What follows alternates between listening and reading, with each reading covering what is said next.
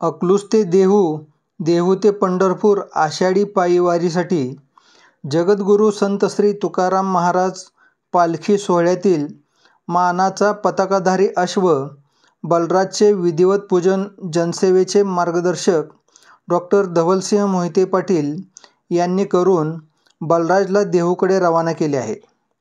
जगद्गुरू संत श्री तुकाराम महाराज पालखी सोहळ्यात देवाचा व पताकाधारी असे 2 अश्व असतात. यापैकी पताकाधारी स्वाराचा अश्व देण्याची प्रथा गत 40 वर्षांपासून लोकनेते स्वर्गवासी प्रतापसिंह मोहिते पाटील यांनी सुरू केली. तीच परंपरा डॉक्टर धवलसिंह मोहिते पाटील हे पुढे चालविताना दिसत आहेत. ही प्रथा व अश्वाबद्दल बोलताना डॉक्टर धवलसिंह म्हणाले, सुमारे 40 वर्षापूर्वी तुकाराम महाराज पालखी सोहळ्यातील एक अश्व अचानक आजारी पडला.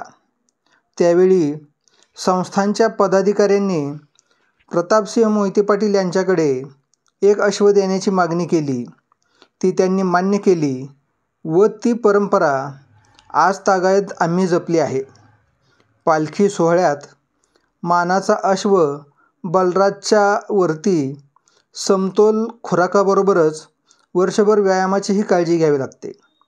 लाखो वैष्णवांच्या सान्निध्यात पालखी सोहळ्यात चालणारा, रिंगणात धावणारा अश्व असल्यामुळे कोणास इजा होऊ नये ही खबरदारी घेऊन महिनाभर अगोदर 2-2 तास घोडदौडीचा सरावही घेतला जातो.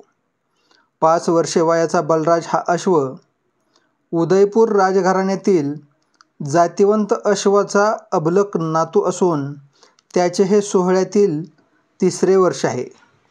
यापूर्वी सरकार, शौर्य या अश्वांनी पालखी सोहळ्यात सेवा दिली आहे. उद्या बुधवार दिनांक 18 जून रोजी श्री संत तुकाराम महाराज पालखी सोहळ्याचे देहूहून प्रस्थान होणार असल्याने आज मंगळवार दिनांक 17 रोजी सकाळी 11 वाजता धवलनगर येथील प्रतापगडावर डॉक्टर धवलसिंह मोहिते पाटील यांनी बलराजचे विधिवत पूजन करून त्याला रवाना केले आहे.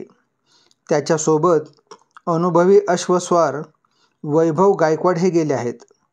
यावेळी सोलापूर विद्यापीठाच्या सिनेट सदस्या पद्मजा देवी मोहिते पाटील, अण्णासाहेब इनामदार, माणिकराव मिसाळ, अण्णासाहेब शिंदे, सतीश पालकर, सुधीर रास्ते, मयूर माने, चंद्रकांत कोळेकर, राजू गुळवे, नवनाथ साठे, राजू निकाळजे, ज्योती कुंभार यांच्यासह जनसेवा संघटनेचे कार्यकर्ते उपस्थित होते.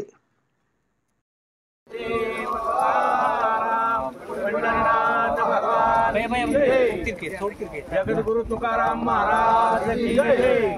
पुंडलिकावती श्री ज्ञानदेव तुकाराम पंढरीनाथ भगवान की जय. जगद्गुरु तुकाराम महाराज की जय. जगदीश टॉप अँगल वर हात कर, एकदम वर हात घ्या.